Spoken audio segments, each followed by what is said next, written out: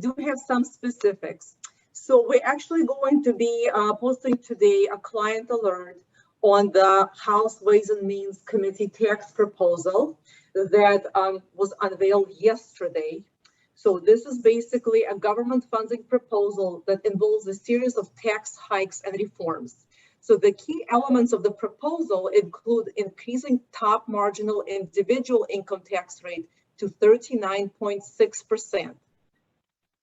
As you know, right now, the top individual rate is 37%. So this will be increased to 39.6%.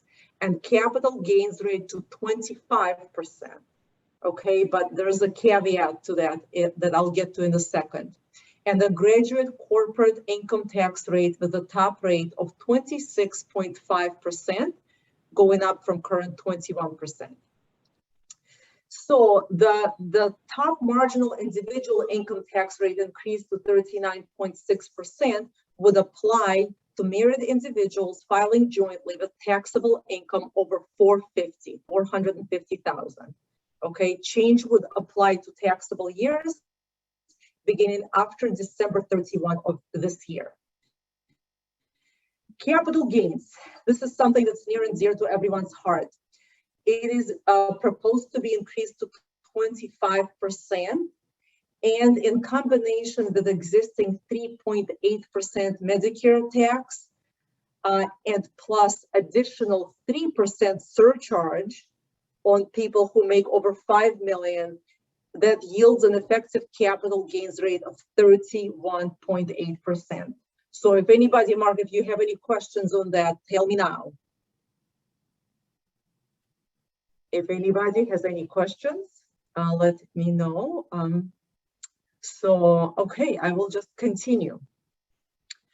So the next point is, so the 25% capital gains rate, the current 20% rate would continue to apply for the portion of the taxable year that ends before September 13 of this year. So basically, the proposal is we will tax everything at 20%, but if you realize anything after September 13, then you would pay this increased tax rate.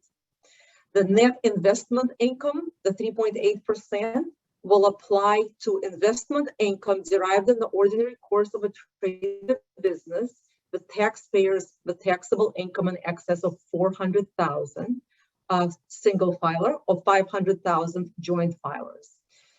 So the surcharge, the 3 additional percent tax would apply to taxpayers who has modified adjusted gross income in excess of 5 million or 2.5 million for married individual filing separately. That would apply after December 31 of this year. One thing that I will say also, in terms of other provisions that are relevant, for example, to my clients who are private equity funds, carried interest. As you know, carried interest is now taxed at ordinary income rates if realized before the company is held for 3 years. So if you hold it for more than 3 years, it's long-term capital gains. Now the proposal says, if you hold a company for more than 5 years, then you have a long-term capital gain on carried interest. And then another provision that was really important to a lot of clients that I work with who are SBIC funds is qualified small business stock. As I mentioned in a prior presentation, that if somebody holds qualified small business stock for more than 5 years, they pay 0 tax. Unfortunately, the proposal says if a taxpayer has adjusted gross income equal or exceeding 400,000, then this provision would not apply. However, a 50% exclusion remains available for all taxpayers. So taxpayers who are making more than 400,000 will have a limited benefit of this exclusion, but it will never be 0. So again, there are lots of provisions. There's about 800 pages of provisions. Some things that are not tax related, for example, I'm working today with the Small Business Investor Alliance. One of the proposals is that that IRAs are not allowed to hold an interest in any private investment funds if they have to represent that the owner of the IRA is an accredited investor or certified to any other financial status. So there's so many provisions. We don't really know what will go through, what will not, but this is what we have right now. And it's, pretty significant, I think, to a lot of clients. So I'm just going to ask Mark if he has any questions right now. Hey, not to jump in, but Olga, could you repeat that last thing that you just mentioned about the private investments and IRAs? Yes. So basically, the proposal says if a private investment fund is going to ask as to the financial status of the investor. So like, for example, private equity, venture capital, mutual fund, anything, so the investor will have to certify that the investor is an accredited investor, which, all of the funds do. So the proposal says the IRA cannot make an investment in any fund where the owner of the IRA has to certify as to its financial status as an accredited investor. And the IRAs will have 2 years to divest their investments from those types of vehicles. So my contacts at the Small Business Investor Alliance, they were saying, look, we have lots of IRAs who invest in REITs, BDCs, SBICs, but frankly, any other private equity and venture capital fund. And if they have to divest from those investments within 2 years, that's a pretty significant change. Yeah, so is that, so if you're an accredited investor or better, you would have to divest? You could own directly if you as a person, you own directly an interest in the fund, that's fine. But if you own it through your IRA, the IRA will have to divest it. Right. Do you know, I'm sorry to get a little bit into the weeds on this. Does that include the self-directed IRA? Yeah. Or yes? Okay. Let me just, actually I could maybe pull up the language because I was discussing it this morning. Let me see if I could maybe share this. So basically, the language says prohibition of IRA investments. So the bill prohibits an IRA from holding any security if the issuer of the security requires the IRA owner to have certain minimum level of assets or income, or have completed a minimum level of education or obtained a specific license or credentials. It says, for example, the legislation prohibits IRAs from holding investments which are offered to accredited investors because those investments are securities that have not been registered under the federal securities laws. IRAs holding such investments would lose their IRA status. It says this section generally takes effect for tax years beginning after December 31, 2021, but there's a 2-year transition period for IRAs already holding these investments. Yeah. No, that's very helpful. It's insane. I mean, that's like a cruise missile, straight in there. Okay. So right. Hopefully that one won't make it. Yes, I hope so too, because this is just pretty significant. And I mean, we have a lot of funds where investments are held through IRAs, and if they're all blown up, it's, I mean, what do we do? I have no idea. Right. Yeah. No, that could be very, very significant because there are tons of high net worth individuals, as where they want to hold that stuff in their self-directed IRAs. And yes. I second that. That is a terrible idea, and I'm just thinking of my own. If you look at the cannabis side of things and investing in the cannabis side, there's a lot of folks that have done self-directed IRAs to invest in cannabis ventures too, not to mention a whole host of other alternative investments. Right. Just to be clear, are they looking to eliminate the self-directed IRA, or no, they're just they're not. I think what they're saying is that self-directed IRA, go invest in public market. Yeah, So- it seems, I'm sorry, and forgive me for jumping in. It sounds to me like they are just putting private placements in the crosshairs. And for what, there must be some underlying reason someone doesn't want that to happen, which is just nuts. Right. Yes. So it just seems to me, because I was thinking, what's the policy reason to say that the IRAs cannot invest in any private investments that, where you have to certify as to the owner's status? Yeah. Have access to the, private investments. So let's put everybody on equal footing and say you could only invest in public markets just like everybody else. So I'm not really sure, I have no idea, to tell you the truth, why. Right. No, it's crazy because, with self-directed IRAs, you can put all kinds of stuff in there. You can put real estate, you can put your small business, you can put gold holdings, you can put all kinds of things.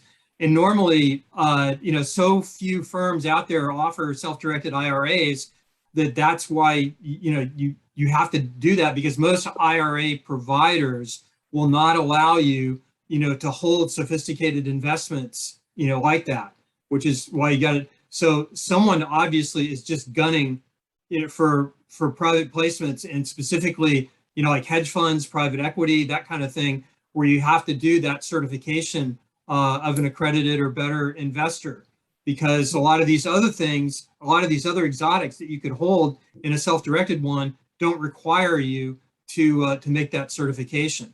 So Right. again, someone just pulled out their rifle. That's all I can think. Yes. Olga, do Roth IRAs, do the same rules apply to Roth IRAs? Yes. Yep. Everybody. That's what they're saying. It's crazy. I mean, another thing that I wanted to mention is that, so the grantor trust transactions in the tax proposal, so sales between grantors and grantor trusts will be equivalent to sales between third parties.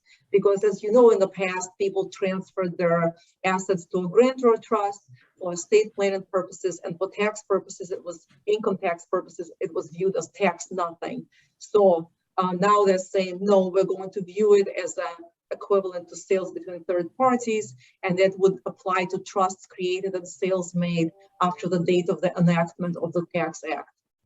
So, well, before you leave, can you do two things if you didn't? Can others join your Zoom/webinar this afternoon? yes, so actually we moved the Zoom webinar to next week, but what Okay. I will do is, Mark, I will send to you my client alert, and then you could send it to whoever you want. It's just kind of like a 2 pages summarizing everything. The IRAs is not covered in it, but I thought it was pretty important to just mention to everybody.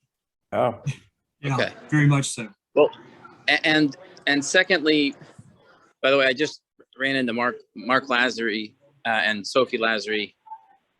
I think Sophie's coming, not Mark, to our drinks today with Alex Waka. But the second thing, Olga, we should sort of do a quasi welcome to Chicago. I've been working with Olga's team, Renee, and I guess I'm going to talk to your biz dev, and you're definitely welcome to bring others, as you know, Olga, to the panels, and I really appreciate all the the hospitality and the professionalism of your team. And I remember being there a couple of years ago. We're a little bigger this time, but it'll be fun. Yes, looking forward to it. Hope to see everybody in Chicago. Everybody's welcome to our little conference, which is not so little anymore. Excellent. Okay, thank you. thanks so much. Bye, everyone. And I'll be sending my client alert, once we post. I'll look for it and I'll share it. Okay, thanks. Bye. Bye-bye. And I'll hand this over back to the cyber guys. Again, anyone who's in New York, if you've been to Hudson Yards, you really can't, you can see through, is that building with the cylindrical towers, 15 Hudson Yards. That's where we'll be tonight, 4 to 7 p.m.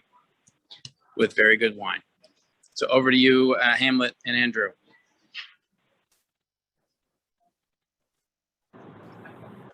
Great. Peter, Tom, do you guys want to kick it off, or you want me to just jump in? Yeah, Peter, Tom, if you want to speak.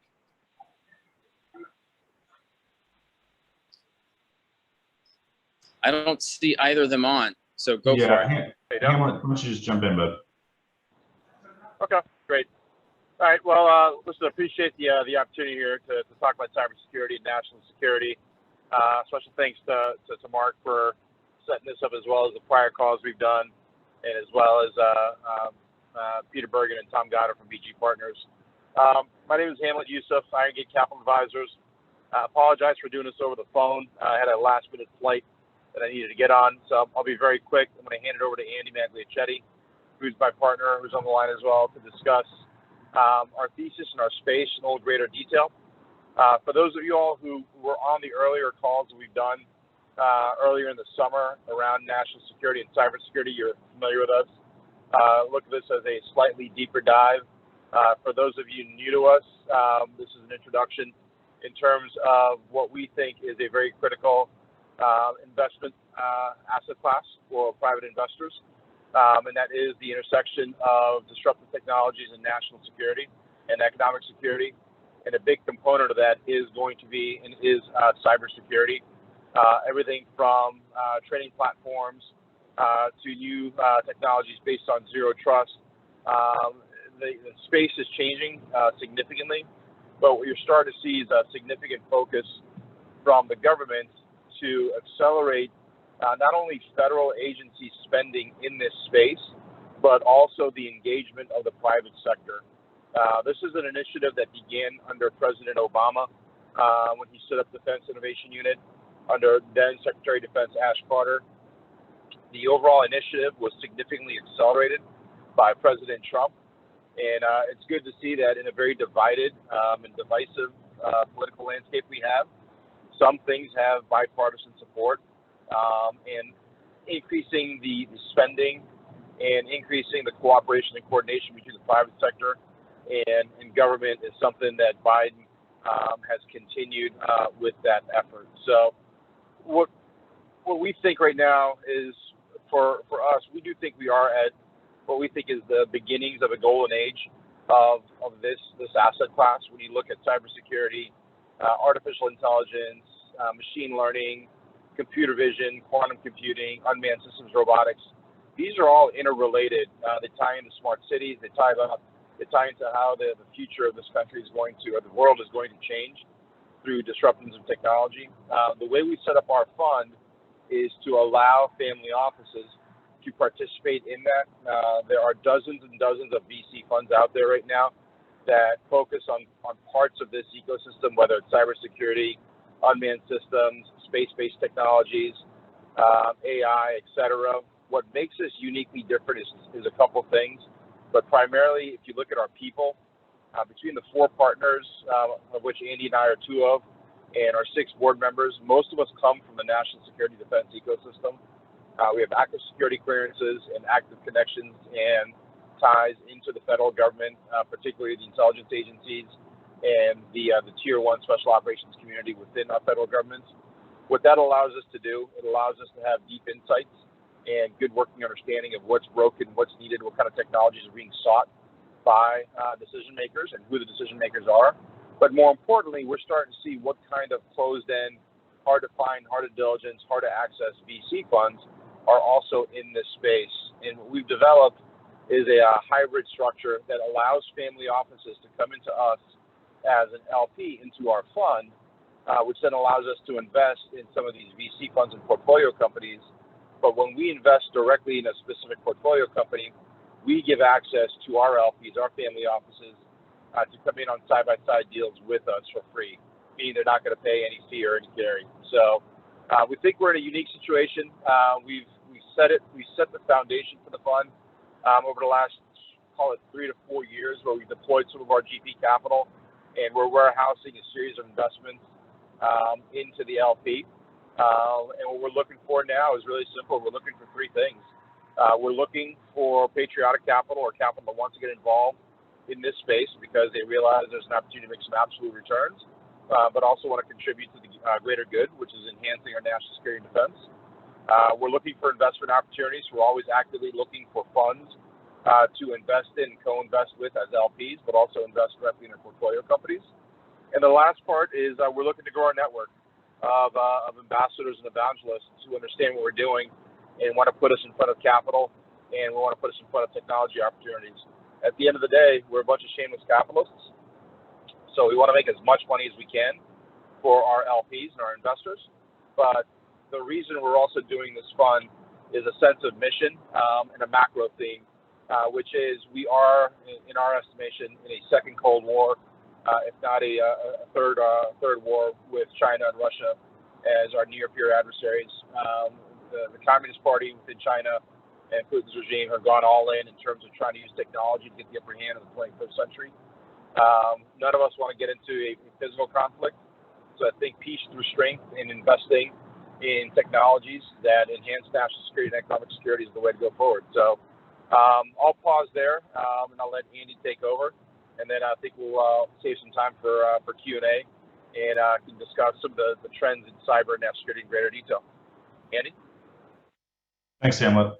Hey, Mark, does somebody want to hand me a presenter? I'm not going to drone on for long, yeah, you can take it. You have the ability to do that anytime. Okay, let me, we use a different secure platform. So how do I do that on Zoom? You had to emphasize that, didn't you? Yeah. Let me just see if I can do a,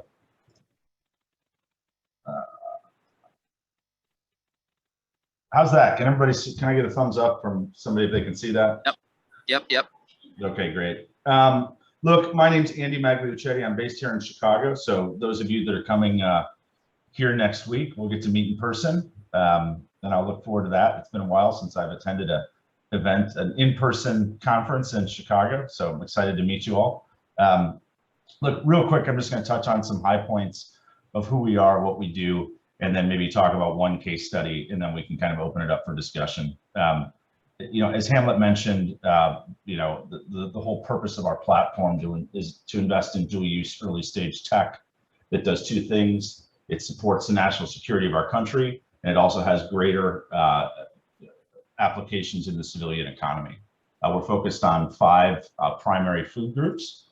That would be data, analytics, AI, cloud-based processing, where we put machine learning and quantum in this bucket as well. We invest in unmanned systems and robotics. We look at intelligence, surveillance, and reconnaissance, which is sort of gathering data at the edge of processes in a defense sense. That is, things like satellites, gathering signals intelligence, processing metadata, and so on. That's the industrial Internet of Things in the private sector. Critical infrastructure and key resource protection. As I'm sure everyone on this call knows, in our country, more than 90% of our critical infrastructure is privately owned. And sort of turning to the cybersecurity component, we invest in both defensive and offensive cybersecurity platforms, and it touches each one of these prior 4 things, especially the SICR, the critical infrastructure and key resource area. Anyone who's been reading the paper and not been living in a cave for the past few years understands that that's really the soft spot of the attack surface for our adversaries to hit the United States. We invest in 2 ways. We invest about 60% of our capital in other closed-end VC funds that are hard to access, frequently require minimums from 5 million and up. And we also invest 40% of our capital directly into operating companies. Here's just a bit of structure on the fund. As I mentioned, 60-40 allocations. We return capital, then pay a 7% pref, after which our carried interest kicks in. To date, we've invested, is a little bit out of date, just about $7 million in warehouse investments, all of which are being contributed at basis to the fund proper. That now represents over 70 operating companies with sort of a combined basis of 1.7x what we invested. So new investors that are coming in today are receiving the benefits of that $7 million of investment at a 1x, which is now at about a 1.7x. I'm going to focus on sort of one opportunity, or excuse me, one case study that folks may have heard of. We invested in May of last year in the Series D recapitalization of Wicker, which is a secure communications platform. Immediately following our investment, we helped them to get about $10 million of non-dilutive capital from DoD. And then a little bit later, I helped them to acquire a $70 million IDIQ contract from DoD. As we went out for more capital, Amazon threw their hat in the ring and ended up purchasing the deal. This isn't necessarily the type of multiple we like to see in a longer term investment, but we returned over 100% IRR in just over a year on that investment alone. You know, really the three things, the three pillars of our platform are our people, the access that we have, and the impact that we derive from the prior two. You know, our team is based up of folks with experience in the intelligence community, Department of Defense, and as well as the private sector. As Hamlet mentioned, many of us have security clearances and have worked with government for a very long time in developing relationships. We also have a great advisory board, everyone from Joanne Isham, who used to run science technology for CIA, to Steve Sargent, who used to run all testing and evaluation for Air Force, as well as Jack Tamarcio, who was in charge of intelligence for DHS, and three other very talented folks, but for the sake of time, I won't get into their backgrounds. In terms of access, you know, we closely collaborate with folks that we've built relationships with over a number of years. This is just a little snapshot of the logos of folks that we talk to on a regular basis. And it's sort of a two-way advisory street. This allows us to front run technologies, determine probability of uptake, and sort of enhance our due diligence versus what normal folks would do. And then also, having spent a very long time in the private sector, you know, we have a whole host of folks that we enter into deals with. So as Hamlet mentioned, you know, really we're focused on three things, you know, three investment sort of criteria. We want things that are hard to find, right? So we want the best dual use VC opportunities. We want things that are hard to access. So these aren't deals that anyone can knock on the door of. Frequently you have to be invited in. And we want things that require a little bit extra diligence so that we can really bring to bear our access to add value, not only on the front end in determining probability of scale, but also post-investment, so we can help shepherd in opportunities within government and the private sector. Right now, we've got about, let's call this $25–30 million of pipeline opportunity right now between what we call partnership, which are fund investments and direct investments. And as Hamlet mentioned, we allow our investors to participate side by side with us when we make direct investments. Those things are done without fee or carry.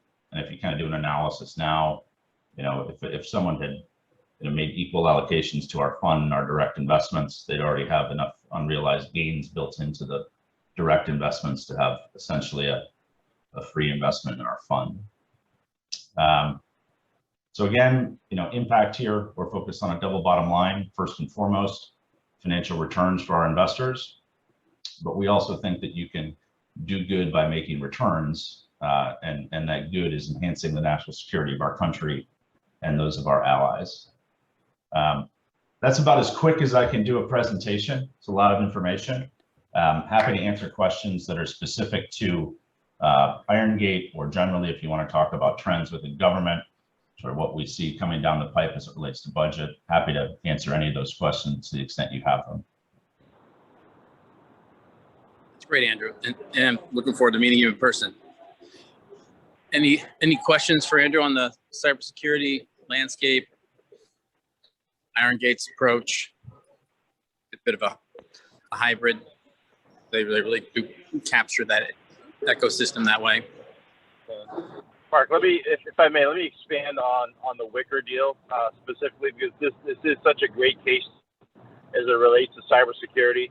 For those of you who are aware or not aware, Wicker is a secure encrypted communications platform. Think of it as Signal or WhatsApp, but significantly hardened and secured. The technology came out of the DC ecosystem, but it's better suited for enterprise versus individual users. The marketplace for secure apps is insanely crowded. There's a ton of people out there who are doing it. So getting users and getting scale is key.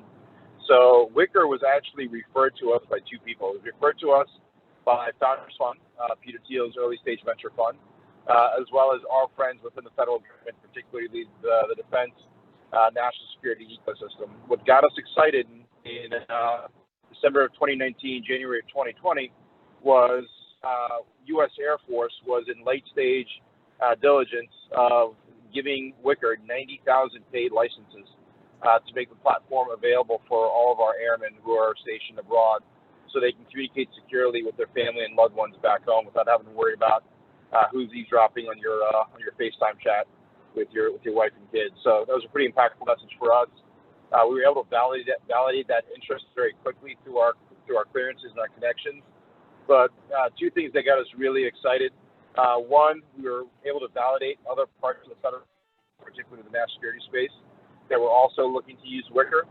And then if you guys recall, timing standpoint, February of 2020 is when we started getting wind that the U.S. Air Force was beginning to posture for a significant remote work environment because of the mitigation strategy for this thing that was called COVID that everyone was trying to pay attention to. So in short, when we thought Wicker was going to do 90,000 seats with the U.S. Air Force, we found out by March, before we invested, that number had gone up significantly. So that made it a no-brainer for us to invest. And the way we did that is Political Ventures, which is one of the cybersecurity VCs that has been on the recent calls with us here at 361. We referred the deal over to Litical. Litical diligenced the deal through their team, and they're a very proficient early-stage cybersecurity investor. While Litical was diligencing the technology and the opportunity from a traditional VC standpoint, what we did is roll up our sleeves, go into DC, and make sure that the contract and investment opportunities, the business opportunities that we thought were there were actually there. And obviously, once everything was validated, we invested directly, but also opened that round out for our friends and family to come into that round with us. Anecdotally, one of my best friends was one of the first checks into our fund when we had no deck, when we had pretty much a cocktail napkin sketch of what we wanted to do. He invested $35,000 personally just to get us going. He invested $50,000, I believe, in Wicker. So in just one direct investment where he was paying no fees and no carry on, when we hit that 2.5x multiple on invested capital, he got all of his fund money back and then some. So it really demonstrates the power of how an LP investment into the fund opens the way to invest in direct opportunities that carry no fee, no carried interest, but give you access to deals that normally you wouldn't be able to get into diligence or vet.